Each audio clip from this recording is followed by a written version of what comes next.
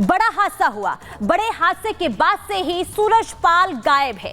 जगह जगह शहर दर शहर जो है तलाशी अभियान वो जारी है। बाबा को ढूंढना जा रहा है। छापेमारी लगातार देखने को मिल रही है। इतने दिन बीत चुके हैं, 48 घंटे से ज्यादा का समय हो चुका है। और देखिए खत्म हो जाएगी। आप लोग फ्री हैं अपने क्वेश्चंस पूछने के लिए, राइट? स्टार्ट कर दूं।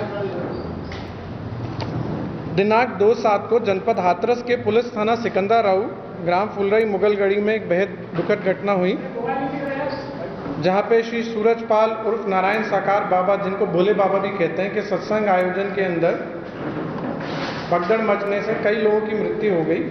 टोटल मृतकों की संख्या 121 है, जिसमें 2 पुरुष, 112 महिलाएं, 6 बच्चे और 1 बच्ची हैं। 121 जो मृतक हैं उन सभी की शिनाख्त हो चुकी है और पोस्टमार्टम की प्रक्रिया, जैसा जिलाधिकारी महोदय ने बताया, सभी की पूरी हो चुकी है। इसमें जनपद हाथरस के 19 हैं, बदायूं के 6 हैं, ललितपुर का 1 है, कासगंज के 10 हैं, अलीगढ़ के 17 हैं, शाहजहांपुर के 5 हैं, आगरा 18 हैं, फिरोजाबाद 1 है, गौतम बुद्ध नगर 1 है, एटा से 10 हैं, मथुरा 11, औरैया 2, बुलंदशहर 5, पीलीभीत 2, संभल 2, लखीमपुर 1, उन्नाव 1, गाजियाबाद 1, ग्वालियर 1, मुरैना मध्य प्रदेश में 1, पलवल हरियाणा में 1, फरीदाबाद हरियाणा में 4 और डीग के 1 लोग हैं। तो टोटल 121 की संख्या है।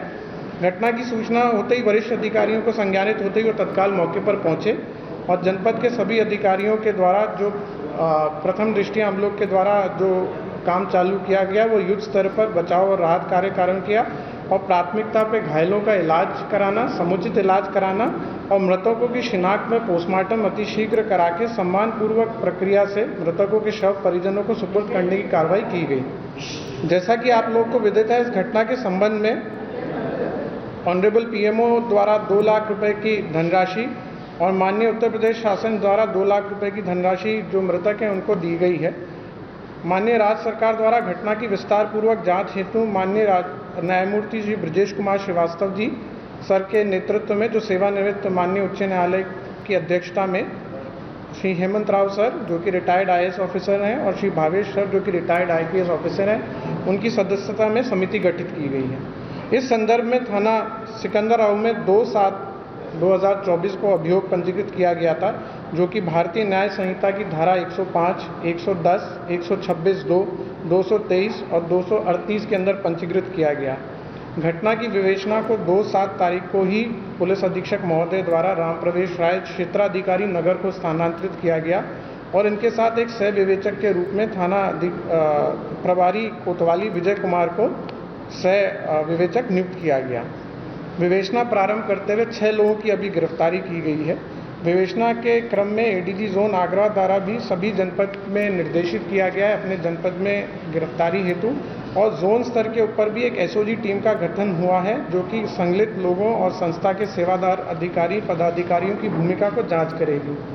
इसके अलावा रेंज लेवल की जितनी भी SOG टीम है उनको पुलिस अधीक्षक हाथरस के सहयोगार्थ संबद्ध किया गया है।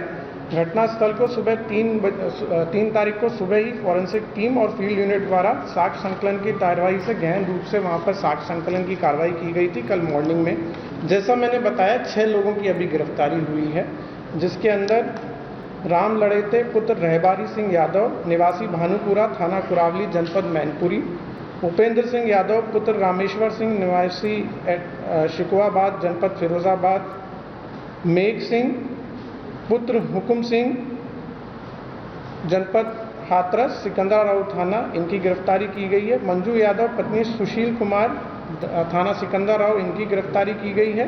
मुकेश कुमार जो कि पुत्र मोहन सिंह, ये थाना सिकंदराऊ के हैं, इनकी गिरफ्तारी की गई है। मंजू देवी पत्नी किशन कुमार यादव कचोरा थाना सिकंदराऊ 40 वर्ष, इनकी गिरफ्तारी की गई है। इनकी गिरफ्तारी जो है थाना कोतवाली और सिकंदराऊ से की गई है। विस्तार पूर्वक जब इनसे अभी प्रथम दृष्टया हम लोग की पूछताछ हुई है तो इनके द्वारा बताया गया कि ये सभी लोग आयोजन समिति के अध्यक्ष हैं, समिति के मेंबर्स हैं और पूर्व में इनके द्वारा कई आयोजनों के अंदर भी पार्टिसिपेट किया गया है। ये मुख्यतः सेवादार के रूप में कार्य करते हैं और आयोजक और इनकी सत्संग कमेटी में भीड़ इकट्ठा करना, चंदा इकट्ठा करना, इन सब चीज़ों का सहयोग प्रदान करते हैं। साथ ही साथ वहाँ पर जो देखा गया कि बैरिकेडिंग द्वारा भीड़ नियंत्रण करना, श्रद्धालु हेतु पंडाल की व्यवस्था करना, वाहनों की पार्किंग की व्यवस्था करना, कार्यक्रम स्थल पर खड़ंजा, बिजली की आपूर्ति, जनरेटर, सफाई व्यवस्था इत्यादि इन लोगों का कहना है कि हम लोगों के द्वारा कराई जाती है। वहाँ पर जो एक चीज़ आप लोगों ने भी देखा होगा, जो आपके वीडियोस आप लोग के पास आए, आपने भी देखा होगा कि उनके द्वारा ब्लैक कलर की डांगरी और जंगल वाली डांगरी और यूनिफॉर्म पहनी हुई थी। तो इनके द्वारा बताया गया है कि एकरूपता हेतु वहाँ पर पिंक ड्रेस दी जाती है, जिससे हम भीड़ को अपने हाथ से नियंत्रित करते हैं। बाबा के अनुयायियों के बारे में पता लगा कि उनके बारे में काफ़ी मान्यताएं हैं और बाबा के चरण रज लेने से बहुत सारे संकट दूर हो जाते हैं। और हम लोग चरण जो बाबा की गाड़ी थी उसको काफिले को भीड़ से निकालने हेतु आगे पीछे दौड़ते हैं। उस दिन भी बाबा की चरण रज के लिए भीड़ गाड़ी के आसपास आई तो सेवादारों ने भीड़ को रोका और जैसे ही काफिला आगे निकला तो सेवादारों ने भीड़ को चरण रज होने के लिए अनियंत्रित छोड़ दिया। उसके बाद महिलाएं और बच्चे एक दूसरे के ऊपर गिर गए। घटना जब हुई तो ये लोग मौके से फरार हो गए। इनके द्वारा वहाँ पर किसी प्रकार का कोई सहयोग वहाँ की पुलिस या प्रशासनिक व्यवस्था को नहीं दिया गया। एक बात जो और प्रकाश में आई कि वहाँ पर ये किसी भी व्यक्ति को वीडियो बनाने से रोकते थे। वह पुलिस प्रशासन को जो अभी तक की हम लोग की पूछताछ और साक्ष्य संकलन है और जो वीडियो आप लोग के माध्यम से भी प्राप्त हुए उसके अंदर देखा गया कि इनके द्वारा खुद ही अपने आप को भीड़ नियंत्रण का प्रयास किया जाता है और किसी प्रकार की पुलिस वहाँ पर या प्रशासनिक व्यवस्था को ये लोग एक तरह से अलाउ नहीं करते हैं। इनके अपने उसमें रिजर्वेशंस हैं। ये भी बात जो मुख्य अभियुक्त हैं जो प्रकाश मधुकर हैं उनके ऊपर 1 लाख की गिरफ्तारी का जोन लेवल के ऊपर आदेश किया जा रहा है। 1 लाख का जो पुरस्कार होता है वो घोषित किया जा रहा है। शीघ्र उनके NBW की भी कार्रवाई की जाएगी और इसमें खास तौर से विवेचना में भी इस चीज़ को भी देखा जाएगा कि कोई आपराधिक षड्यंत्र किसी व्यक्ति द्वारा या किसी संस्था द्वारा तो नहीं है, ये किसी साजिश का तो हिस्सा नहीं था। तो ये टोटल जैसा मैंने बताया 6 लोगों की गिरफ्तारी हुई है। अलग अलग जगह के रहने वाले हैं वो लोग। हम लोग के पास और भी डिटेल्स आई हैं, कुछ फोटोग्राफ्स आई हैं, कुछ पोस्टर बैनर्स आए हैं, कुछ हम लोगों के द्वारा जो पूछताछ के अंदर और चीज़ निकली हैं जो और हम लोग के पास एग्जामिनेशन के लिए जो है पूछताछ की जाएगी। और जैसे जैसे विवेचना के क्रम में हम लोग बढ़ेंगे उसके अंदर जो भी साक्ष्य आते हैं और लोग की भी जो भी सख्त से सख्त विधिक कार्रवाई होगी, इसमें दोषी होंगे उनके खिलाफ की जाएगी।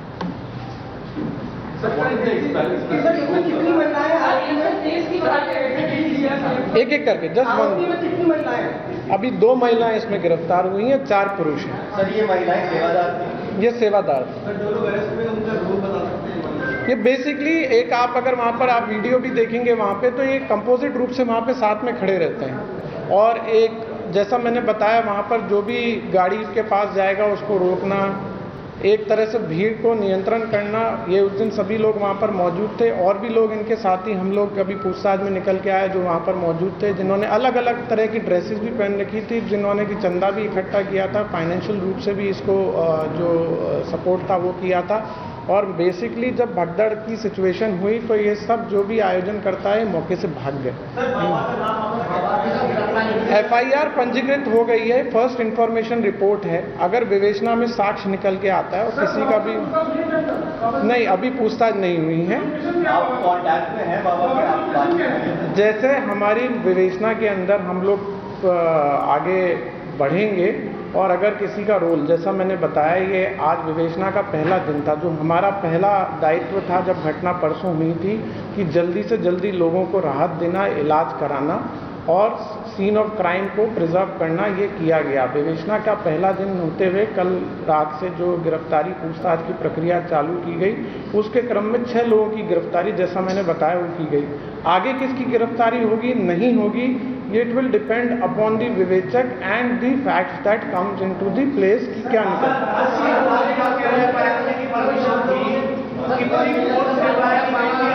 देखिए इस संदर्भ के ऊपर बहुत पहले भी हम लोग इस बारे में आप लोग को बता चुके हैं और अब क्योंकि इस संदर्भ में जैसा मैंने बताया कि माननीय आयोग का गठन हो चुका है जो कि ऑनरेबल जस्टिस के रिटायर्ड जस्टिस की अध्यक्षता में है, वो इस पूरे घटना की गहन रूप से इंक्वायरी करेगी। कितनी भीड़ थी, कितनी आई थी, क्या संसाधन। मैंने बताया आपको कि अगर विवेचना में किसी का भी रोल निकल के आता है तो